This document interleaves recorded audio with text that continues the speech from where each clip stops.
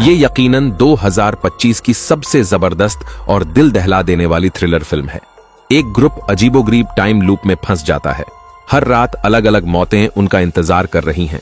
रहस्यमयी संक्रमण, खौफनाक कातिल, अनजाने राक्षस, हर किसी का डर धीरे धीरे पागलपन बनकर फैलता है। लेकिन इसी बर्बादी में एक ऐसा राज सामने आता है जो सबको हिलाकर रख देता है। ज्यादा समय नहीं लेंगे, फिल्म शुरू होती है। शहर से दूर पहाड़ों के बीचों बीच एक हाईवे पर मेली और उसके कुछ दोस्त 2 हफ्ते की रोड ट्रिप पूरी करके घर लौट रहे हैं। लेकिन उससे पहले उन्हें एक खास जगह जाना है। 1 साल पहले मेली की बहन ने एक वीडियो पोस्ट किया था और उसके बाद वो जैसे गायब ही हो गई। उस वीडियो की शूटिंग इसी सामने वाले कन्वीनियंस स्टोर में हुई थी।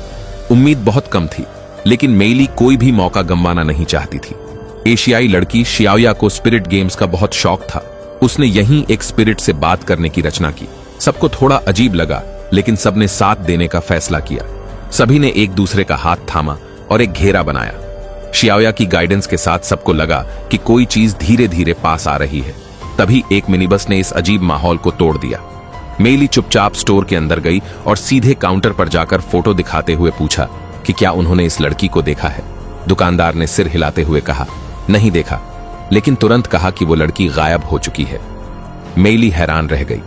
फिर दुकानदार ने बताया कि हाल ही में बहुत से लोग अपने लापता रिश्तेदारों को ढूंढते हुए आए हैं और सबके केस उसी आगे के ग्लोरी वैली से जुड़े हैं। मेली जोश में आकर बाहर भागती है। उसे आखिरकार अपनी बहन का एक सुराग मिल गया था। सब लोग बस में चढ़ते हैं और ग्लोरी वैली की तरफ बढ़ते हैं, लेकिन थोड़ी ही देर में तेज बारिश शुरू हो जाती है। ड्राइवर बार बार रास्ता बदलता है, फिर भी पहाड़ी रास्ता पार नहीं कर पाता। सब लोग घबरा जाते हैं और बहस करने लगते हैं। तभी गाड़ी के सामने का रास्ता अचानक खुल जाता है। पीछे बारिश जारी है, लेकिन सामने बिल्कुल साफ आसमान है, जैसे कोई अदृश्य शक्ति ने इस जगह को 2 हिस्सों में बांट दिया हो। शियाओया ने लॉन पर कब्रों को देखा तो उसके मन में अजीब सा डर उठने लगा, मगर बाकी साथी बारिश में चलना नहीं चाहते थे और बिना कुछ कहे सीधा उस शानदार लकड़ी के बंगले की तरफ बढ़ गए। सिर्फ मेली वहीं खड़ी रही। उसे ये बारिश कुछ अजीब सी लग रही थी। उसने हाथ बढ़ाकर महसूस किया, पानी तो आम ही लगा, पर मन में शक बना रहा। तभी सामने धुंध में एक इंसान की परछाई दिखी। मेली चौंकी, लेकिन बिना सोचे समझे बारिश में दौड़ पड़ी। उसका बॉयफ्रेंड जैक ये देखकर जोर से चिल्लाया और पीछे भागा। उधर बंगले में दाखिल हुए तीनों दोस्तों को भी कुछ गड़बड़ महसूस हुआ। हॉल के बीचों बीच एक बड़ा सा रेत घड़ी रखा था। घुंघराले बालों वाली लड़की ने एक डेस्क पर आगंतुकों की रजिस्ट्रेशन बुक देखी।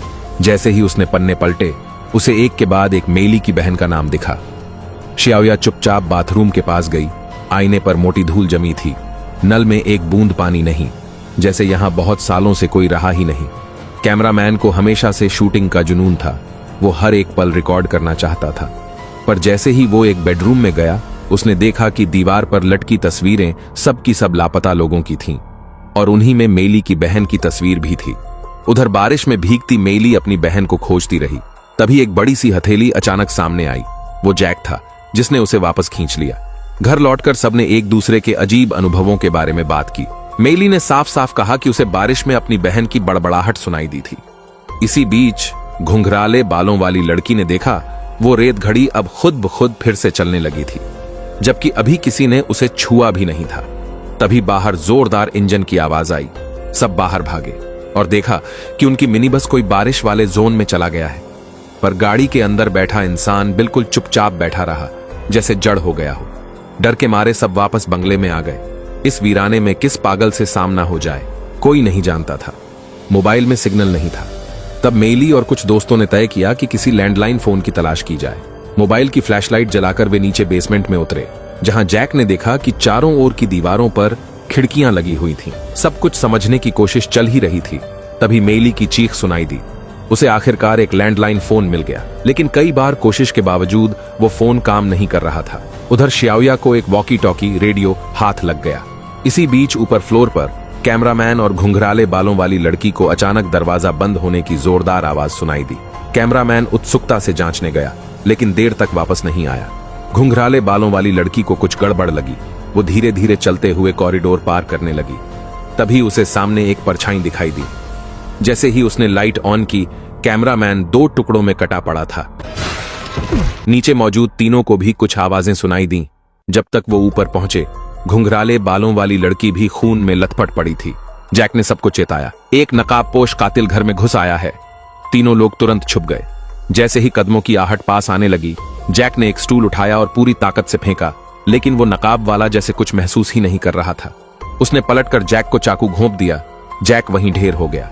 xiaoya अलमारी में छिपी कांप रही थी। उसकी आंखों के सामने ही नकाबपोश धीरे धीरे दरवाजे के पास आ गया।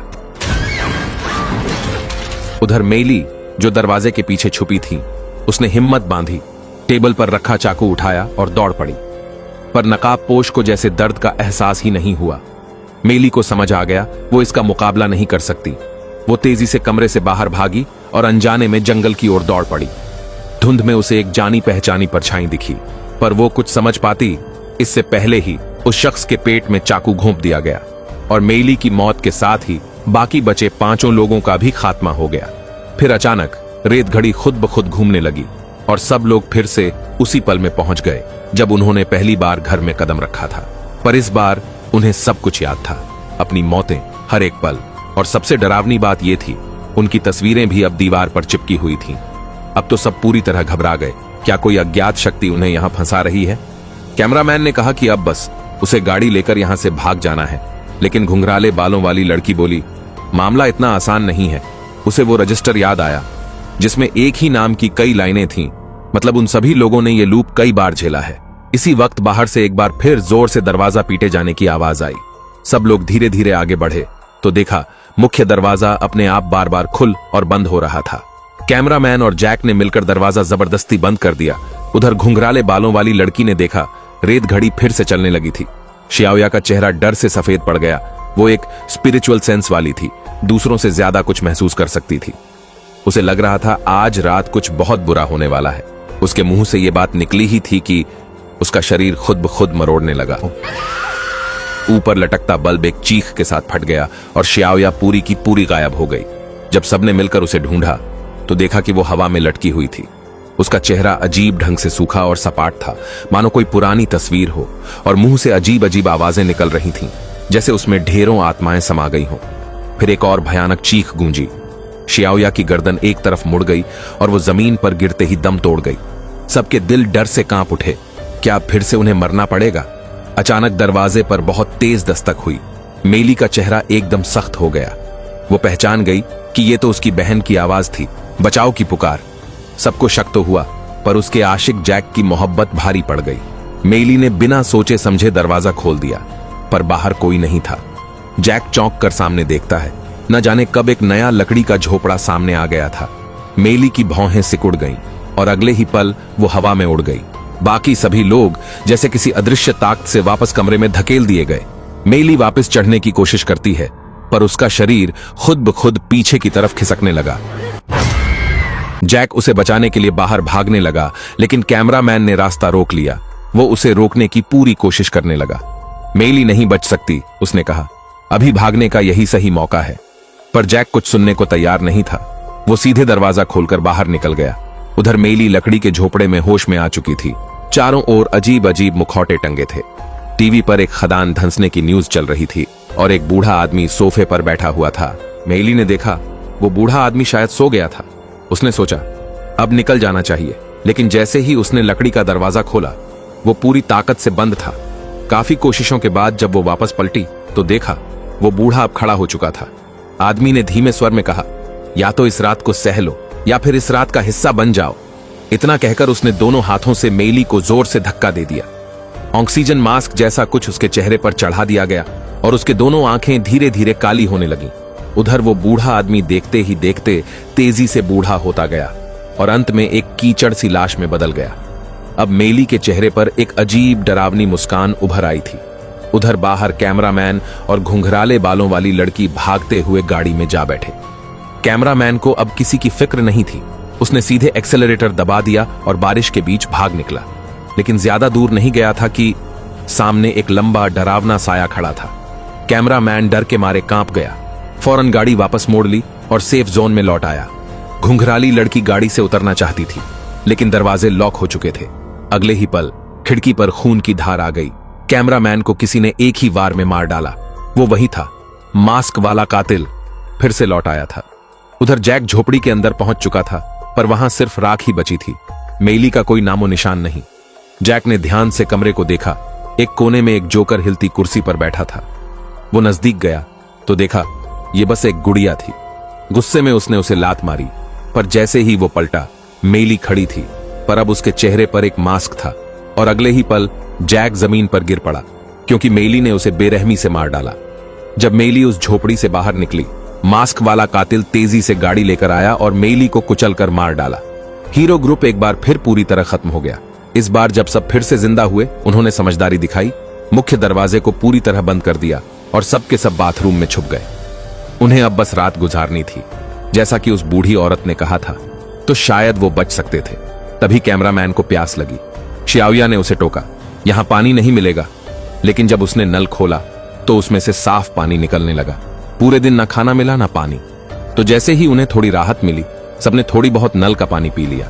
इसके बाद शुरू हुआ एक लंबा इंतजार। तभी अचानक कैमरामैन को जोर की खांसी आने लगी और अगले ही पल उसके मुंह से खून निकल पड़ा। खांसी और बढ़ती गई और फिर वो पूरा का पूरा फट पड़ा। हर तरफ चीख पुकार मच गई। घुंघराले बालों वाली लड़की ने अपने शरीर से खून साफ करने की कोशिश की, पर तभी वो भी फट पड़ी। अब सबको समझ आ गया, वो पानी जहर था। शियाओया का चेहरा पीला पड़ गया। वो तीसरी थी जिसने पानी पिया था, और जैसे ही सबकी नजर उस पर गई, वो भी फट गई। मेली सब कुछ समझ चुकी थी। एक बार फिर वो असफल हुए थे, लेकिन शायद उनके पास एक और मौका था। जैक ने हार मान ली और देखते ही देखते खून का एक गड्ढा बन गया। अब सिर्फ मेली बची थी। वो खुद ही जमीन पर लेट गई और मौत का इंतजार करने लगी। तभी कमरे से एक आदमी बाहर निकला। वो ही था, वो दुकान वाला सेल्समैन। मेली की आंखें अविश्वास से भर गईं और अगले ही पल उसकी भी जान चली गई। रेत घड़ी फिर से घूमने लगी और सब एक बार फिर नए चक्र में लौट आए। इस बार सभी घबरा गए और सुराग ढूंढने में जुट गए। मेली ने एक दस्तावेजों के ढेर में उस सेल्समैन की असली पहचान ढूंढ निकाली। वो एक साइकोलॉजिस्ट था। बाकियों को मिला और भी खतरनाक सच, ये जगह कभी एक खुशहाल कस्बा थी, लेकिन सालों की खुदाई की वजह से पूरा कस्बा जमीन के नीचे दब गया। 1000 से ज्यादा लोग मारे गए। राहत कार्यों में जो टीम आई थी, उसी में वो साइकोलॉजिस्ट भी था। जैक की आंखें खुल गईं। अब समझ में आया, मैंने उस दिन बेसमेंट में खिड़की क्यों देखी थी। घुंघराले बालों वाली लड़की एक दरवाजा खोलकर बाहर गई और वहां सामने थी एक सुरंग। ठंडी हवा का झोंका आया। वो डर के मारे तुरंत दरवाजा बंद कर गई। उधर कैमरामैन को एक पुराना वीडियो टेप बॉक्स मिला। उसे खोलते ही उसके होश उड़ गए। ये था उस साइकोलॉजिस्ट का एक्सपेरिमेंट रिकॉर्ड।